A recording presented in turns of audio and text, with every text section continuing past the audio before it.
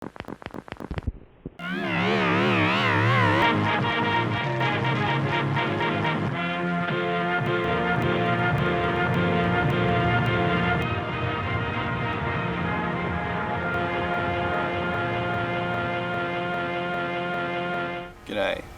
welcome to part 6 of building a Jaguar.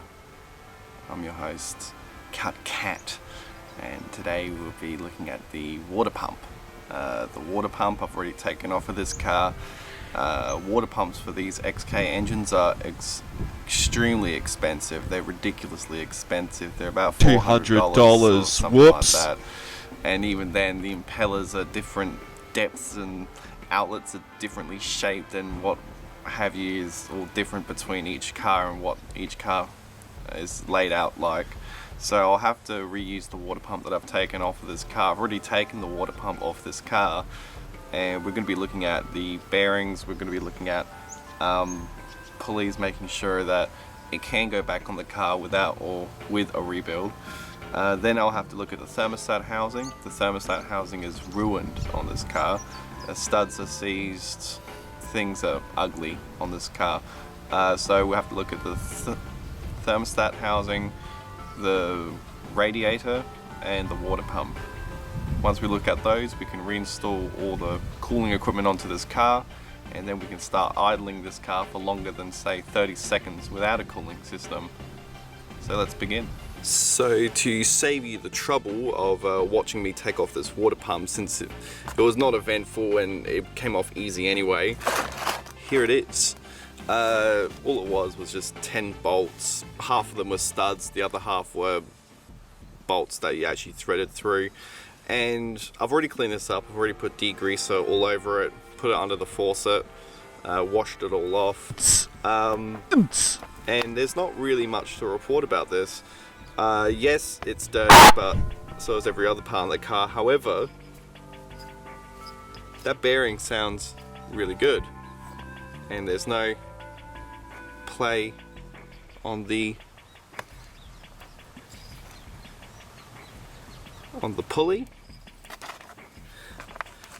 and the tolerances for each of these impeller blades is actually very, very consistent. Yes, they've got surface corrosion, but there's still so much meat on these that it's still totally usable. The outlets, still plenty of meat on that. This one's a bit weak, but it's still plenty usable. And this outlet here will be reused as well. Lots of scale, but everything's clear and fine, so that's not bad. You might also remember back when we were dealing with the ignition wires, I had troubles getting this off. I eventually got it off using heat. I used a butane torch to heat up a cracked stud. However, there's still a lot going on with this, and this would be our biggest bottleneck for repairing this cooling system. And that is, the upper housing is fine, a little bit corroded on the spout here, but still plenty usable. Nice big welds on here where the spout was previously replaced. However, it's all survived fairly well. Still enough flat area here to cut a gasket for. This, on the other hand, that's the old thermostat. I'll have to test this in boiling water. This, on the other hand, this stud here, this long stud that goes back to forwards here, is all rusted and corroded. But to top that off, and this is on the previous owner here, this housing is cracked all through there, which is the whole point of taking it off in the first place. Otherwise I would have just left it on. So I'm going to pay someone to weld that tab back on and see if he is able to remove these studs here. So this isn't my responsibility at this stage. I'll have to see how he goes with it and then make a decision based on that. But these parts I can't even find on eBay for under $100, so we do have to fix what we have here. So there's that we got to deal with. I've already fixed up the clutch fan. This was something I did all the way back before episode 1. when I was trying to turn over the engine. I've already had this off. I've already painted the blades up on this. A bird's already taken a shit on it. And again, the bearings are good, feel good, no play in that, so that can go back on. But then the radiator here, I've already, again, back before episode 1, I've already had this flushed out with the garden hose. And then I use this tool here to blast it out. It's basically just a T-piece here. You put your garden hose here. You put an air compressor into here. You fill this up with water through here, so you would attach this to a radiator spout.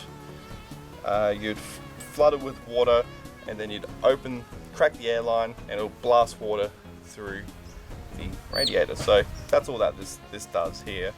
Worked pretty well. Everything's coming out clear, everything's flowing pretty well, so that's good. The radiator is a cross-flow type, so instead of the radiator cores going down like on a standard car, the radiator cores go towards the side. Don't know if that's any better, but that's how Jaguar did it. And when you put your finger over these radiator cores, they don't collapse. You know, these radiator fins are fine. And even if they're not, it'll complete the cooling system just to have it installed anyway, so this is good. And I've already painted the top of this as well in a black that's already chipping off, but that's okay. It's just to complete the water circuit. Under the hood with the expansion tank, I've already had this off. And I've already put some rocks and kerosene down there and sloshed it all about, and that's rust free now. So my apologies if this is a very off-camera episode. Mainly I just told you the steps I'll be taking, and a lot of this stuff has to be done off-site. I can show you myself cutting gaskets, that'll be a short section, and I can show you me putting them on. However, I can't really show you how I'm going to tackle, say, the thermostat repair, or how I did the radiator repair, or painting the fan blades. So my apologies for cutting out 2/3 of this great section, but yeah, we'll get them installed right about now, so stick around.